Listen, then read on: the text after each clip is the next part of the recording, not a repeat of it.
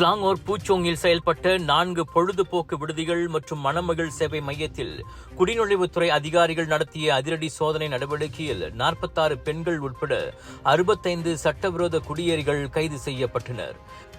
20 முதல் 69 வயதுடைய அவர்கள் கைது செய்யப்பட்டதை கோலாலம்பூர் குடிநுழைவுத்துறையின் நடவடிக்கைக்கான துணை தலைமை இயக்குநர் ஜஃப்ரி எம்போக் தஹா உறுதிப்படுத்தினார்.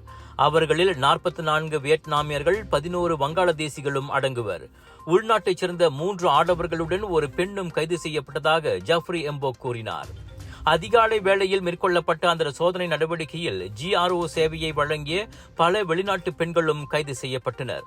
அந்த பொழுதுபோக்கு விடுதிகளிலும் மணமகள் மன்றத்திலும் பாதுகாப்பு நடவடிக்கைகள் கடுமையாக இருந்ததோடு அமலாக்க அதிகாரிகளின் வருகையை முன்கூட்டியே தெரிந்து கொள்ளும் வகையில் அங்கு ரகசிய கண்காணிப்பு கேமரா வசதிகளும் இருந்ததாக கூறப்பட்டது. எனினும் அந்த பொழுதுபோக்கு விடுதிகளில் நள்ளிரவு 12 மணி அளவில் நுழைந்த குடிநுழைவு அதிகாரிகள் அதிகாலை 3 மணி வரை சோதனை நடத்தினர்.